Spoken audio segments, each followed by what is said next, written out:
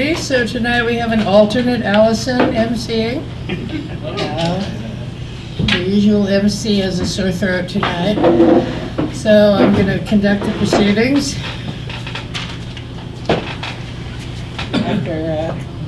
After we get used to me on this mic.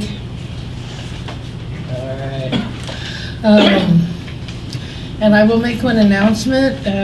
This event will not happen next month because Allison's going to be in Hawaii.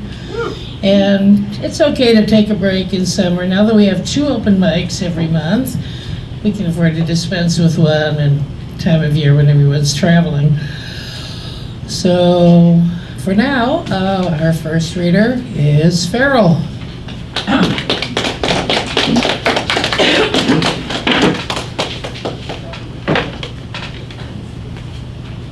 Okay, I had about 4 short poems, so I put them all together and made one long poem. And I call it The Last of Dreamers. Am I the last of dreamers? There I constant question, but the void does not answer. Shells of hollow flesh, zombie walk, lifeless, manipulated talk, inputs from their gods. Wealth-filled men applaud. All as dreamers perish from life they've cherished. Feet, action, I put in motion. Defy the natural. Take on supernatural, which changes definition, and thus realities of a new kind. Adapt, live. Death owns a mortal fate. Life risen, driven dawns, out of ashes flames, refined molded dreams. Spells of the ocean and the constant change, dream images form, projects in souls, life embers, ignite, evolve, full of questions we must solve through research, tests, and distrust, till wisdom is satisfied. But even then, where to begin? America, once called the land, people esteemed, judged not others, till chosen whites trespassed, raised thrones alone. America, are you atoned? Or are you clones of hate and lies, con men disguised? Dreamers, thinkers, their answers question, crave, not blind accepted. Am I the last of dreamers? The air I constant question, but the void does not answer. Waves journey, evolve from currents, tides, winds, which direct their paths. Stars, sun, moon conduct movements in atoms, molecules of seas, whose waves reach worlds, their new lands of peace. Light, spirit, sight, unite the soul thus inspired doth grow.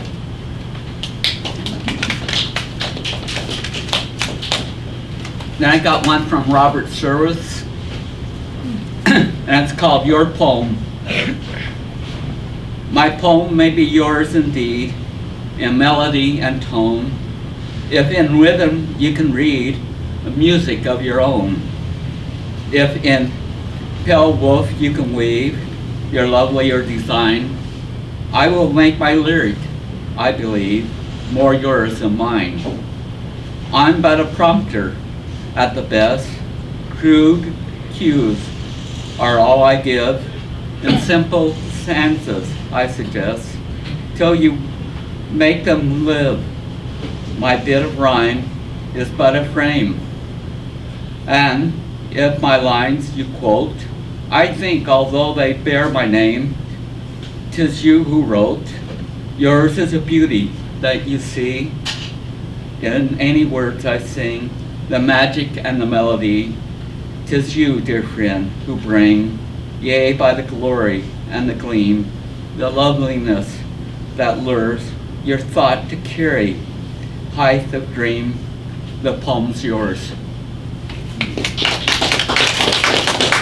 Thank you.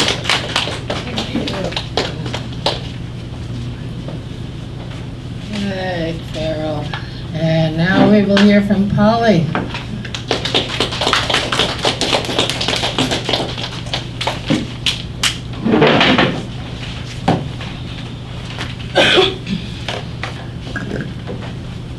I've never read this poem before to anyone except for maybe 2 people at my house. Anyway, so years ago I worked at Labor Ready for a while digging ditches, and one day I hadn't been there about a month and I decided to go, and I met an older black man from Mississippi, and he told me a little bit about what it was like for him growing up in Mississippi in the 50s.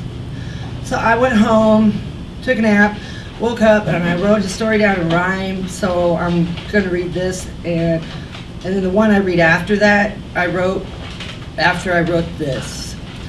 A childhood story. I heard a childhood story from a stranger, not the kind you'd like to hear. In fact, it might make you feel anger. He told me my friends and I were around 10.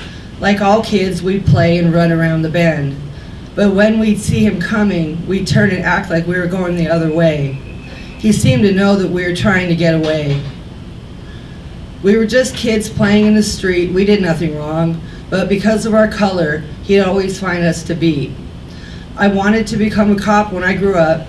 After him, my feelings for that stopped. He's a grown man now, and he told me his tale. We need to stop cops like that so justice never fails. He went on to say that he'd tell us to get in the alley. I guess no one would see, as he would beat my friends and me. He would threaten to kill us. He would threaten us, tell us he would kill us. There was nothing we could do. In those times, the 50s, you would have kept your mouth shut too. And this badge and a gun. With a badge and a gun, I can take what I want. You think you got it all, but I'll take what I want. With a profile, I can choose to take all you've got, you'll lose. Nothing you can do. If you fight, I'll leave you bruised. No one's safe for me on the streets. Target practice I need. Just try and reach for your ID, and I'll make you bleed. I can kill when I want. No jury will convict me. You thought you were free? Ha! Only under me. With my badge and my gun, I'll keep you on the run. I think it's loads of fun, so try and fight me, son. With me alive, your fight will never be done. And this one's called Black or White. You're black, I'm white. Who's wrong, who's right? Both of us. You're black, I'm white. Who's hungry in the night? Both of us. You're black, I'm white. Who's homeless in the night? Both of us. You're black, I'm white. Who's scared in the night? Both of us. I'm white, you're black. Who's got problems with crack? Both of us. I'm white, you're black. Between whom does love lack? Both of us. I'm white, you're black. Whose children feel a smack? Both of us. I'm white, you're black. Who'll die if we stay on this track? Both of us. And who does God love the most? Both of us.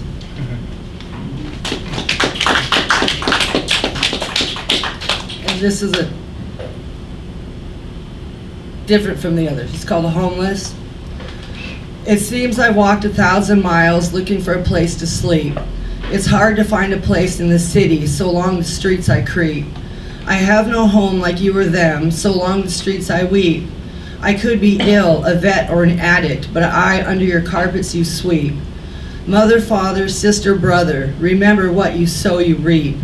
How many in the world, country, city, when you see them show some pity. Don't think why or how they're there. Spare some change, clothes, blankets, food, show you care. Remember Jesus lived off the kindness of others. To him we are all sisters and brothers.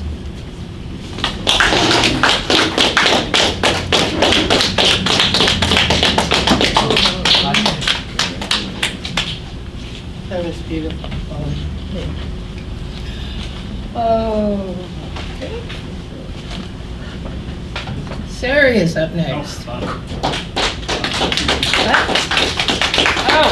I'm wrong. No, sorry.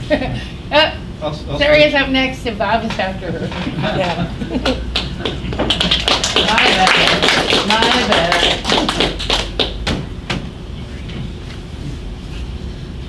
Standing on water. 1.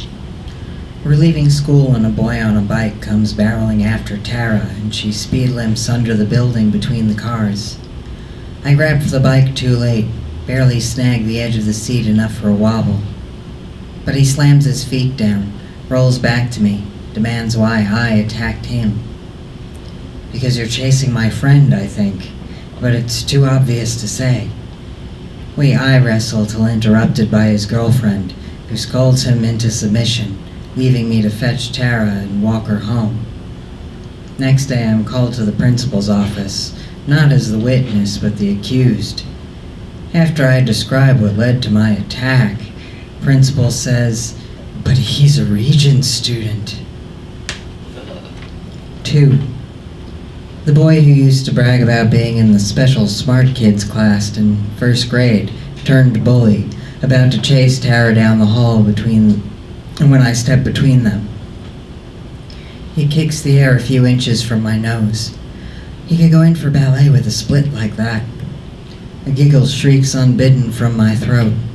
Lucky me, he sees crazy instead of scared, backs away down the hall. He's black, I'm ghetto. Neither of us tells anyone. The law isn't on his side or mine. 3.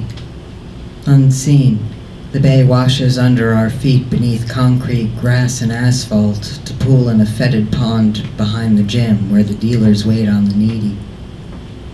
The building stands on stilts, holding us above floods. The stilts stand on sand.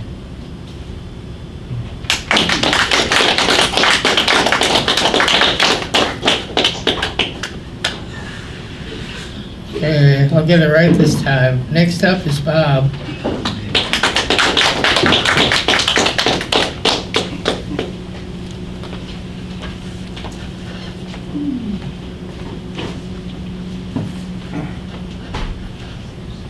I'm going to start with a poem by Muriel Rukeyser called Ballad of Orange and Grape. After you finish your work, after you do your day, after you've read your reading, after you've written your say, you go down the street to the hot dog stand, 1 block down and across the way, on a blistering afternoon in East Harlem in the 20th century. Most of the windows are boarded up, the rats run out of a sack, sticking out of the crummy garage 1 shiny long Cadillac. At the glass door of the drug addiction center, a man who'd like to break your back. But here's a brown woman with a little girl dressed in rose and pink too. Frankfurters sizzle on the steel where the hot dog man leans. Nothing else on the counter but the usual 2 machines. The grape one, empty, and the orange one, empty. I face him in between. A black boy comes along, looks at the hot dogs, goes on walking. I watch the man as he stands and pours in the familiar shape, bright purple in the one marked orange, orange in the one marked grape, the grape drink in the machine marked orange, and orange drink in the grape. Just the one word, large and clear, unmistakable on each machine. I ask him, how can we go on reading and make sense out of what we read? How can they write and believe what they're writing, the young ones across the street, while you go on pouring grape into orange and orange into the one marked grape? How are we going to believe what we read and we write and we hear and we say and we do? He looks at the 2 machines and he smiles and he shrugs and smiles and pours again. It could be violence and non-violence. It could be white and black, women and men. It could be war and peace, or any binary system, love and hate, enemy, friend, yes and no, be and not be, what we do and what we don't do. On a corner in East Harlem, garbage, reading, a deep smile, rape, forgetfulness, a hot street of murder, misery, withered hope.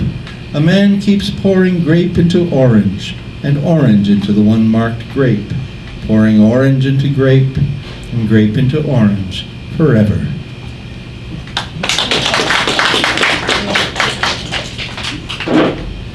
I don't usually read about Bremerton very much, so I'm going to read you a poem called Bremerton, which I wrote shortly after I got here 3 years ago.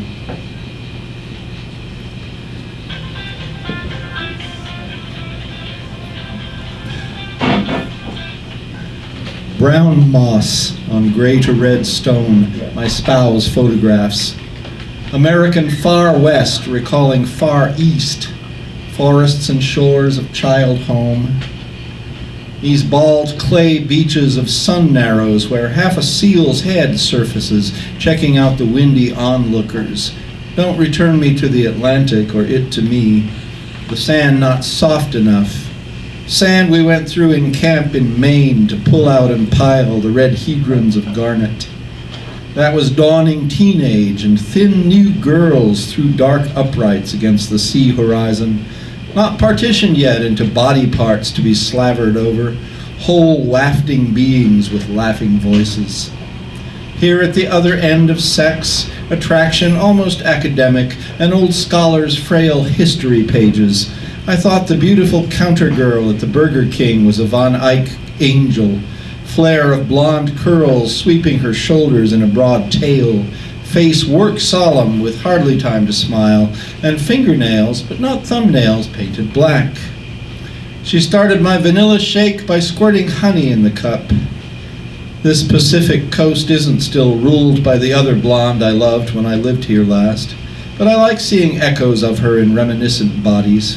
My spouse plays skee-ball in the arcade, just like Long Island, and feels home, though what they call a boardwalk here has no boards. Sunlight is sweaty and the hills kill my thighs, but those are small enough things to be unhappy about. Places for moss to collect. Thanks.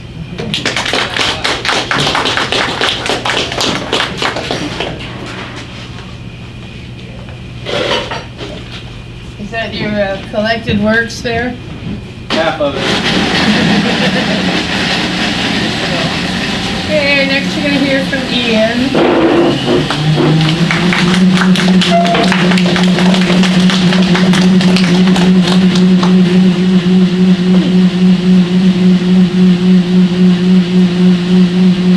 Two things I've never tried to read before, so at least in public. This is by Frank O'Hara, and it's called Autobiographia Literaria. When I was a child, I played by myself in a corner of the schoolyard, all alone. I hated dolls and I hated games. Animals were not friendly and birds flew away. If anyone was looking for me, I hid behind a tree and cried out, "I am an orphan." And here I am, the center of all beauty, writing these poems. Imagine.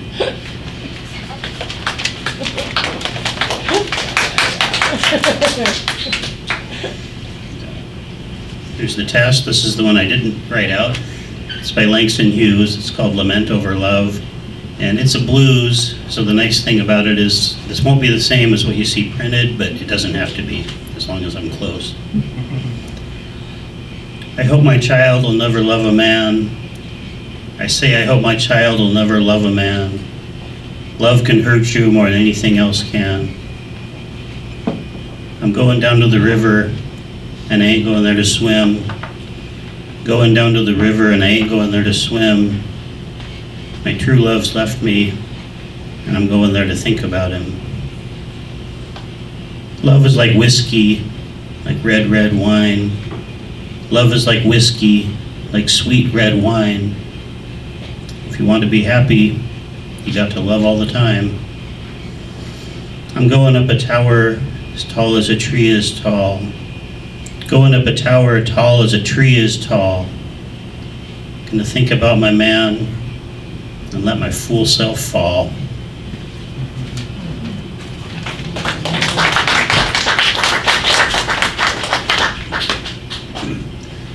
And here's one by Allen Ginsberg, which I've never read out loud anywhere, so this is a fun place to try these out. It's a Dream Record, June 8th, 1955. And I guess this is for my dad, too, because Ginsberg was one of his favorite writers. A drunken night in my house with a boy, San Francisco. I lay asleep, darkness. I went back to Mexico City and saw Joan Burroughs leaning forward in a garden chair, arms on her knees. She studied me with clear eyes and downcast smile, her face restored to a fine beauty tequila and salt had made strange before the bullet in her brow. We talked of life since then. Well, what's Burroughs doing now? Bill on Earth, he's in North Africa. Oh, and Kerouac still jumps with the same beat genius as before, notebooks filled with Buddha. I hope he makes it, she laughed. Is Hunk still in the can? No, last time I saw him on Times Square. And how is Kenny? Married, drunk, and golden in the East. You? New love's in the West. Then I knew she was a dream and questioned her. Joan, what kind of knowledge have the dead?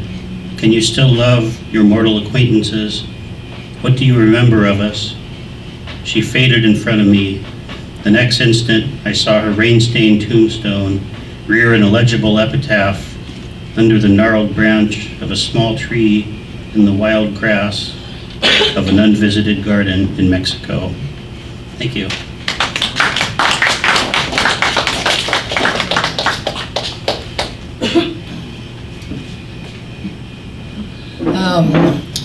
Those three poets had something in common, and I won't tell you what it is, but I'll just remind you that this is Pride Month.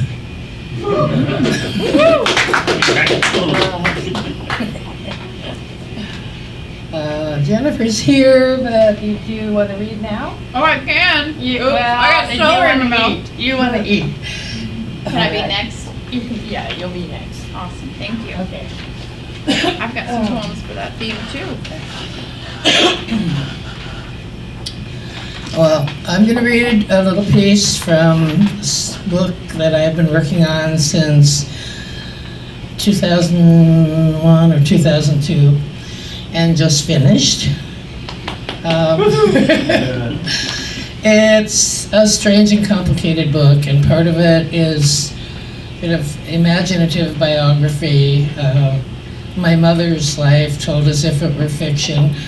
Part of it's memoir, and part of it is this very strange, fantastical narrative of two little wild savages who live in their own world, who are actually my mother and myself. But they just kind of came out of nowhere. They have a dog, too. They live in this world called Pemi, which is named after the Pemigewasset National Forest, which is the landscape in which they were born and raised at first. Anyway, this piece comes from late in the book. It's just strange. Just go with it like it's a dream.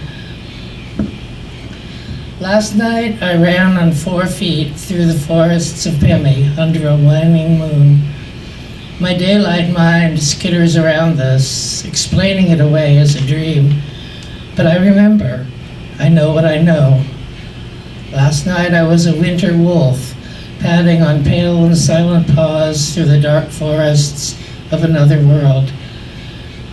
Darkness streamed past me as I ran. It held me, caressed me. I swam in darkness as if it were water, my moon-white fur heavy with it. Only in the clearings was there any light at all. Faint beams from a narrow sliver of old moon, picked up by patches of yet unmelted snow. But I had no need for light. My nose, my memory, the paths of my feet told me all I needed to know. Long, long before I reached the shore, I smelled the sea, the smell of childbirth and the smell of death, and I heard the gulls crying. Wolf is the other face of dog, the night face. Dog in the sunlight is red, tawny of fur, and on occasion, like nature, red in tooth and claw. Wolf is even more savage and eerily beautiful as she runs fleet and silver under the moon. Dog inhabits me, just as Wild Allison does, one of many. I can go to Pemi because Dog lives there and Wild Allison lives there. They are mine and they are inside me. And so Pemi too is inside me, and my mother is inside me. But when I run in the body of the silver wolf, I am inside her, not vice versa. She is herself, and I am going along for the ride. We are like a Russian doll, a matryoshka, all the Allisons, including dog, like an onion, person within person within person. And I, that daylight self, which I usually understand as single and whole, I am neither the outermost doll, nor the tiniest and most central, the only one who is not hollow. Midway through the onion, that's where I am. Women carry within their own ova all their daughters' ova. Long before I was then I was inside my mother, and so was my daughter, and so were her daughters. And all the daughters they may bear someday if we don't all die first by nuclear holocaust, and all of their daughters and all of theirs. Equally, my mother is inside me now and always, in my head and in my heart, in the mitochondria that inhabit every cell of my flesh, in the inner world that belongs to my child self, and in this tale. I carry within me the child who became me, and also the child who became my mother. But the white wolf is only and utterly herself.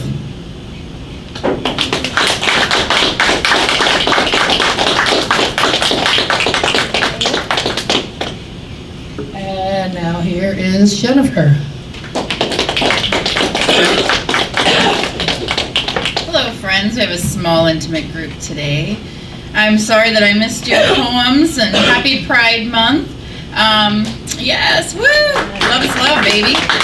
So I have a couple poems for you, and just to kind of like touch on the topic, being bisexual is complicated. First of all, because the word sexual is right in your identity. People aren't always, it automatically cues up, images and exploitations and things like that. And really what a lot of people will tell you that it's more about the emotional connection that you make with a person.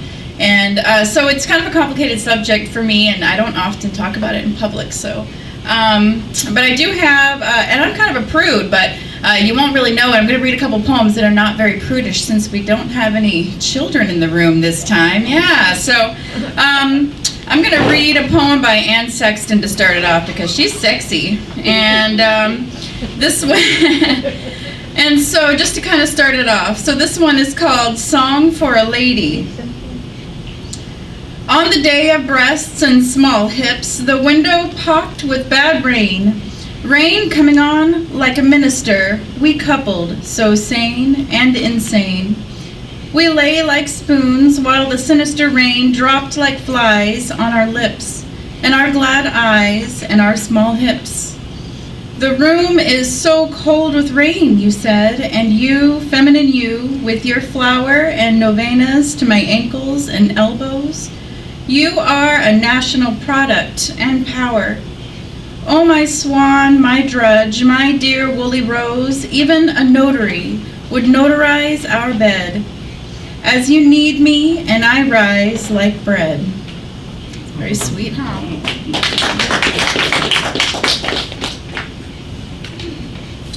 So I'll read a couple of poems. So this one sort of it's about a lot of different things, but it does touch on my identity a little bit, very quickly. I am wasting away in the sun. I do not know which paradox to accept. Parched or poached, is this a dichotomy? This next one is, this next one's called Track 1, Track 2. It's about leaving kind of this chaotic relationship and finding a simple, more loving relationship afterwards. I don't know if anybody can relate to that. Track 1, Track 2. This song offends my sensibilities like a codependent relationship. I can't turn it off, like watching a train wreck. I keep thinking if I wait it out, the tune will improve and maybe I'll find some order in this commotion. Thrown together like clothes on the lawn, instead I grow bitter for having wasted time on your song. I should have previewed it first, drums slamming doors before we moved in together, the horn wails in my ears, electronic ethereal hatred throwing beads through glass, ties, couches, tears, laundry, squealing tires, shrieking in my ears. The racket is over. Sweet relief, delete song. The next song's flower, flows fresh, new track, sweet, warm, easy lovin', beat, heart, hand drumming, lovin' the new song. This is one, okay, this is kind of a clumsy poem. To me, it's clumsy. And I wrote it quite a long time ago. So, here we go. Is it possible? Is it possible for two souls so alike but so different in temperament to achieve a state of love, comfortable and easy, to become as one and roll through life unencumbered by expectations and words whispered in corners, to look towards the future, never looking back, always facing the sun and those challenges thrown by dogs? But I fear the darkness you are drawn to in me, so I will hold my virtue close to my heart and muster patience, awaiting a suitable situation to build my home in, and for you to build nests, to burrow in my bosom, under moonlight reflections, to fly away from for a while, but return to daily seeking solace, refuge from the tides and currents that can pull two souls apart. All right, I'll read. I've got an older one that I've reformatted and a newer one that I just wrote recently. Okay, reading from my phone. I don't know, I think the poetry reading etiquette is still on the fence about reading from your phone. That's what it is. Right? Yeah, here we go. I have often wondered about the tough-skinned madams who flounce and trounce and bounce about in twirls of admiration, and who also bite and filled with spite take pride in false positions. They will wither like leather, weathered and old before its time. It's not too late to oil your hide, girl. Amber skin and oiled palms work a machine drilling onto planes of steel and wax. Individual, we are small. Collective, we are numb. But a well-oiled machine is composed of gears that crush fingers and potential and even-toned young women waiting helplessly for a drop of honey. Be wary of those with honey tongues. They can soothe and give solace to girls without hope and sincerely seek their love and approval. But they have no qualms with cutting cords. They are weak, uneasy under the weight of bricks. So is this contrivance of convenience a will of man or of woman to breed and breathe and bleed? What will our appurtenance be, our blood right? Are the devices of machinery meant to keep order and supply to a manageable level? Drops of honey from the tongue only fry in the oil, and the gears stuck solid. All right. This last one, called Songs Over Water. I don't know the words to this song. It's a tune floating in the air between your favorite perfume and the smell of the earth. This music has been a part of me deep in my throat, words waiting to fly free, but I have stage fright. So I will have to be content with the passing of time, with stealing glances, smiles, and talking into your eyes. Hands gently landing on outer thighs, simple acts of friendly intimacy, easily explainable and left hanging over water. Thank you.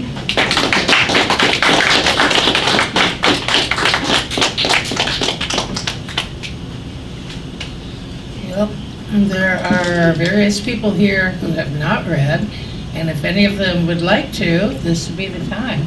Well, it looks like we're done for tonight.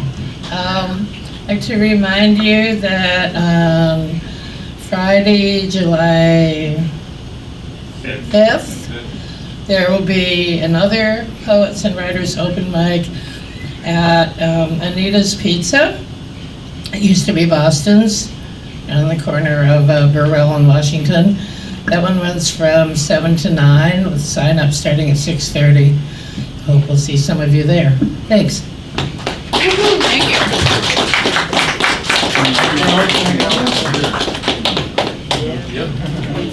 Let's give it up for Allison for hosting. Woo! Very nice. Nicely done.